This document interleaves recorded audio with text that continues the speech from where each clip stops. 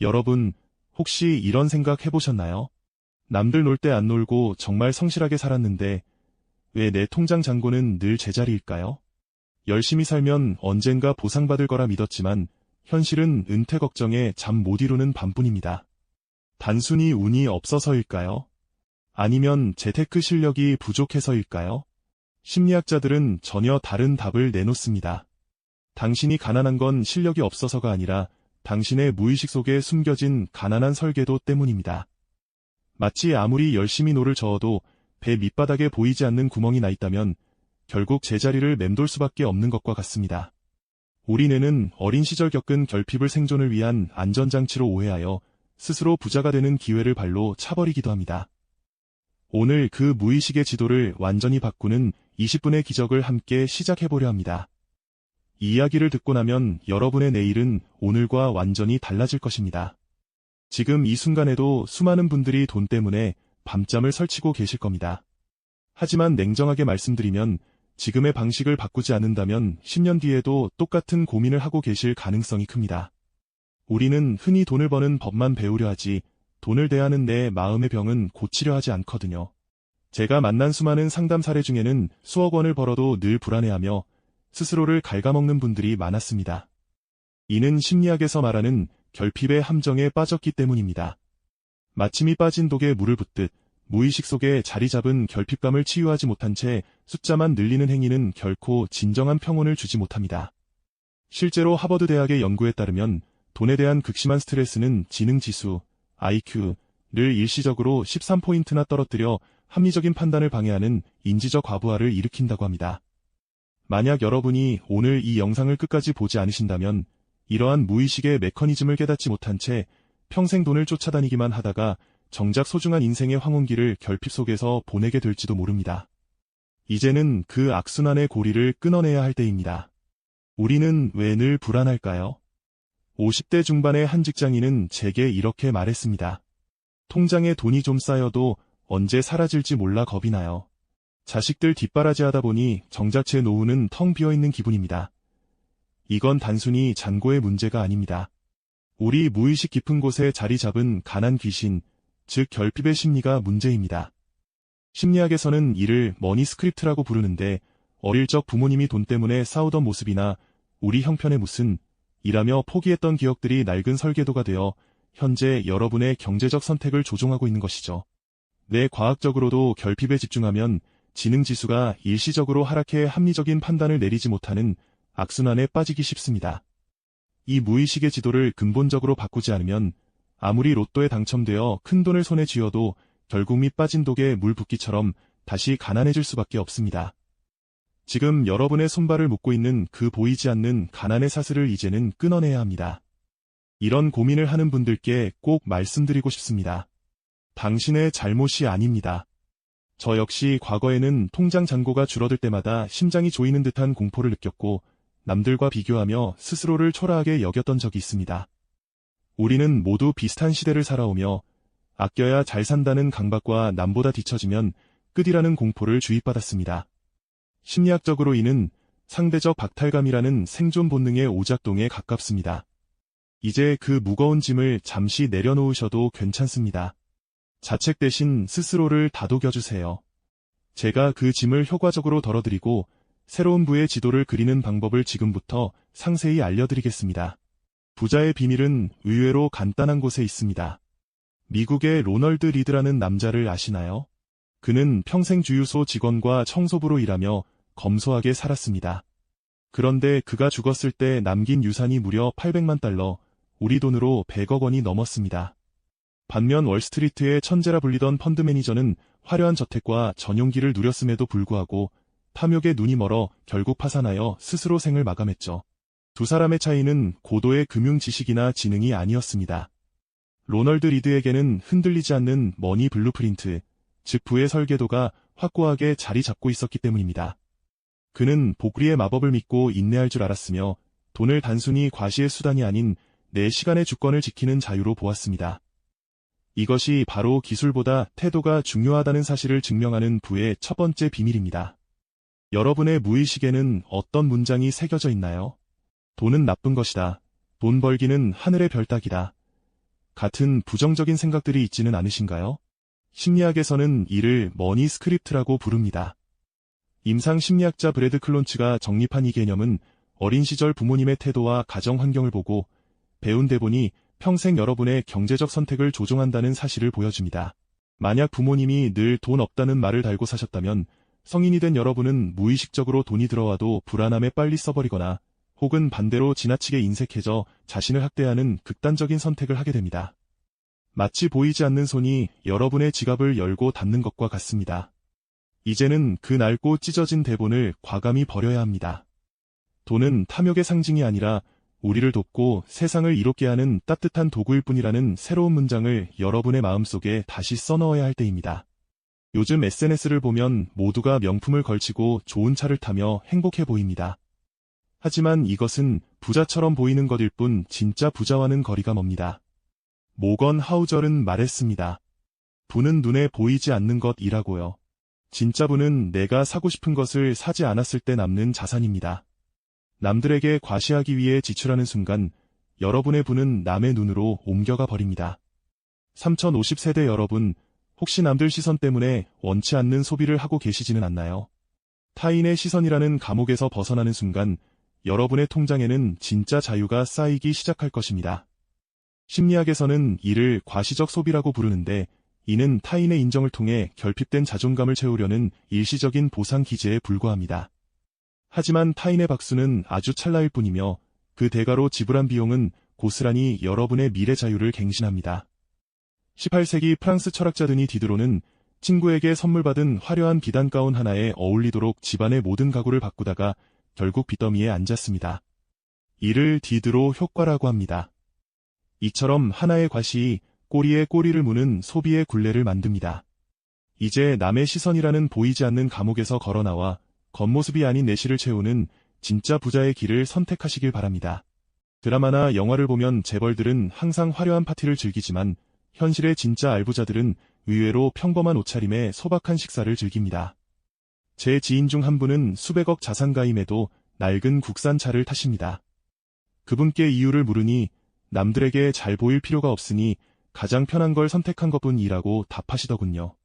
반면 무리해서 예제차를 할부로 산 청년은 매달 할부금을 갚느라 정작 자신을 위한 공부나 투자에는 한 푼도 쓰지 못합니다. 심리학에서는 이를 지위불안이라고 부릅니다. 내면의 가치가 스스로 충분하지 않다고 느낄수록 외적인 화려함으로 자신을 증명하려 애쓰는 심리죠. 실제로 부자학의 고전이라 불리는 이웃집 백만장자의 저자 토마스 스텔리의 연구에 따르면 진짜 부자들의 상당수는 우리가 길에서 흔히 마주치는 평범한 이웃의 모습을 하고 있었습니다. 그들은 타인의 시선에 에너지를 낭비하지 않고 오로지 자신의 자산을 지키고 내실을 기하는 데 집중합니다. 만약 맞아. 나도 저랬지 싶으시다면 지금이 바로 타인의 시선이라는 감옥에서 벗어나 여러분의 소비 우선순위를 재점검해야 할 골든타임입니다. 왜 스트레스를 받으면 쇼핑을 하게 될까요? 그것은 뇌가 일시적인 도파민을 통해 현실의 고통을 잊으려 하기 때문입니다. 가난한 설계도는 우리에게 지금 당장의 보상을 요구하며 뇌를 자극하지만 부자의 설계도는 지연된 보상의 위대한 가치를 합니다. 원시 시대부터 우리 뇌는 당장 눈앞의 사냥감을 놓치면 죽는다는 공포 때문에 즉각적인 만족에 최적화되어 왔습니다. 하지만 현대의 부는 이 본능적인 충동의 뇌를 다스릴 때 비로소 쌓이기 시작합니다. 당장의 소비가 주는 찰나의 쾌락보다 미래의 내가 누릴 평온함이 훨씬 더 크다는 것을 본능적으로 이해하는 것이죠. 특히 은퇴를 앞둔 5060세대에게 가장 위험한 것은 자녀의 결혼 자금이나 사업 자금으로 무리하게 목돈을 내주는 것입니다. 그것은 숭고한 사랑처럼 보일지 모르나 냉정하게 말하면 자신의 노후라는 최후의 보루, 즉 안전마진을 스스로 파괴하는 무의식적 실수일 수 있습니다. 진정한 사랑은 내가 먼저 단단하게 바로 서 있을 때 비로소 그 온기를 온전하게 전할 수 있는 법입니다. 안전마진이라는 개념은 가치투자의 창시자 벤저민 그레이엄이 강조한 주식 투자 용어에만 국한되지 않습니다. 우리 마음에도 예기치 못한 충격을 흡수할 심리적 안전마진이 반드시 필요합니다. 돈이 주는 가장 강력한 힘은 단순히 비싼 물건을 사는 것이 아니라 인생의 불확실성 앞에서 당당하게 아니오라고 말할 수 있는 선택권을 쥐어주는 데 있습니다. 갑작스러운 질병이나 사고가 닥쳐도 혹은 부당한 대우를 받는 일터에서 미련 없이 발을 뺄 수 있는 자유, 이것이 바로 부의 본질입니다. 특히 60대 이후의 삶은 공격적인 수익률보다 흔들림 없는 유지력이 성패를 가릅니다. 로마의 철학자 세네카는 가장 큰 부는 작은 것에 만족하며 사는 마음이라고 했지만 그 평온함조차 최소한의 경제적 방어선이 구축될 때 비로소 빛을 발합니다. 자녀에게 짐이 되지 않고 나만의 아부하, 아주 보통의 하루를 평화롭게 지켜내는 힘, 그 품격 있는 독립심이야말로 여러분을 진정한 부자로 증명해줄 가장 단단한 자산입니다. 과학적으로 볼 때 인간의 뇌는 결핍을 느끼면 지능지수가 일시적으로 하락한다고 합니다. 하버드 대학의 연구에 따르면 극심한 금전적 스트레스는 인지 능력을 담당하는 뇌의 대역폭을 점유하여 IQ를 순간적으로 13포인트나 떨어뜨린다는 결과가 있습니다. 이는 하룻밤을 꼬박 세웠을 때와 비슷한 수준의 심각한 인지 저하입니다. 당장 돈이 없다는 불안감에 휩싸이면 우리 뇌는 터널시야 현상에 빠져 눈앞의 문제 해결에만 급급해지고 결국 합리적인 장기 판단을 내리지 못한 채 사기를 당하거나 무리한 투자를 하는 악순환에 빠지게 됩니다. 그래서 부자가 되려면 먼저 풍요의 마음을 연습해야 합니다. 이미 내가 가진 것들에 집중하고 감사하는 태도는 불안을 관장하는 편도체를 진정시키고 이성적 사고를 돕는 전두엽을 활성화해 더 나은 경제적 기회를 포착하게 만듭니다. 전문가들은 입을 모아 말합니다. 부는 지능의 문제가 아니라 감정을 다스리는 태도의 문제라고요. 여러분의 마음이 평온해져 뇌가 제 기능을 회복할 때 비로소 돈이 머물 수 있는 귀한 자리가 생기는 법입니다. 그렇다면 오늘 당장 무엇부터 해야 할까요? 첫 번째 단계는 여러분의 지출 내역을 감정의 눈으로 살펴보는 것입니다. 지난 한 달간 쓴 돈 중에서 정말 나를 행복하게 했던 지출은 무엇이고 남의 눈치나 불안 때문에 쓴 돈은 무엇인지 분류해보세요. 생각보다 많은 돈이 타인의 시선을 의식하는 데 쓰이고 있다는 사실에 놀라실 겁니다. 심리학에서는 이를 과시적 소비라 부르는데 이는 사실 타인에게 인정받고 싶은 결핍된 자아가 보내는 간절한 신호이기도 합니다. 이 과정을 통해 내 무의식이 어디를 향하고 있는지 냉정하게 직시해야 합니다. 단순히 숫자를 기록하는 가계부가 아니라 내 마음의 허기를 달래려 했던 가짜 지출들을 하나씩 솎아내는 작업이 필요합니다.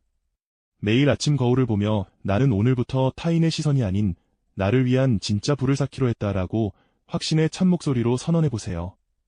이 작은 습관 하나가 무의식에 박힌 낡은 설계도를 수정하고 여러분의 경제적 운명을 바꾸는 가장 강력한 기적의 첫걸음이 될 것입니다. 두 번째는 부자의 루틴을 만드는 것입니다. 큰돈을 한꺼번에 벌려 하기보다 매일 1,000원, 5,000원이라도 나를 위해 떼어놓는 연습을 하세요. 이 돈은 단순한 저축이 아니라 나를 대접하는 돈입니다. 돈을 아끼는 행위 자체가 고통이 아니라 미래의 나에게 선물을 주는 즐거운 과정으로 인식되도록 뇌를 재훈련하는 것이죠. 우리 뇌는 새로운 습관을 받아들이는데 보통 66일이 걸린다고 합니다. 매일 작은 액수를 저축하는 행위는 뇌의 신경 가소성을 자극하여 결핍에 찌든 회로를 풍요의 회로로 재구성하는 강력한 의식이 됩니다. 또한 돈을 쓸 때마다 이 소비가 내 시간의 자유를 사오는가 아니면 내 시간을 갉아먹는가를 스스로에게 물어보세요. 이 질문 하나가 여러분의 무의식에 박힌 가난의 뿌리를 뽑아내는 강력한 도구가 될 것입니다. 벤저민 프랭클린은 푼돈을 아껴라, 거금은 알아서 스스로를 돌본다고 했습니다. 아주 작은 습관의 힘이 모여 결국 여러분의 거대한 부의 물줄기를 바꿀 것입니다. 은퇴 후가 두려운 시니어 분들께는 특히 심리적 방어선을 구축하라고 조언드리고 싶습니다. 자녀에게 모든 것을 내주고 빈 둥지에서 불안해하기보다 자신의 취미와 건강, 그리고 소소한 현금 흐름을 지키는 데 집중하세요. 그것이 자녀를 진정으로 돕는 길이자 본인의 존엄을 지키는 길입니다. 무의식은 익숙한 것을 선호하기 때문에 변화가 두렵겠지만 지금 설계도를 수정하지 않으면 남은 인생은 더 큰 불안에 잠식될 수 있습니다. 심리학적으로 부모의 지나친 희생은 자녀에게 오히려 무거운 부채의식을 남겨 그들의 정서적 독립을 방해하는 독이 되기도 합니다. 비행기 비상 상황에서 산소 마스크를 보호자가 먼저 써야 아이를 구할 수 있듯 여러분의 경제적 심리적 자립이 곧 가족 전체를 지키는 가장 강력한 안전장치입니다. 여러분은 이미 험난한 세월을 이겨내며 충분한 지혜를 쌓아오셨습니다. 이제 그 지혜의 화살표를 타인이 아닌 오롯이 여러분 자신의 빛나는 노후를 위해 돌려보시기 바랍니다.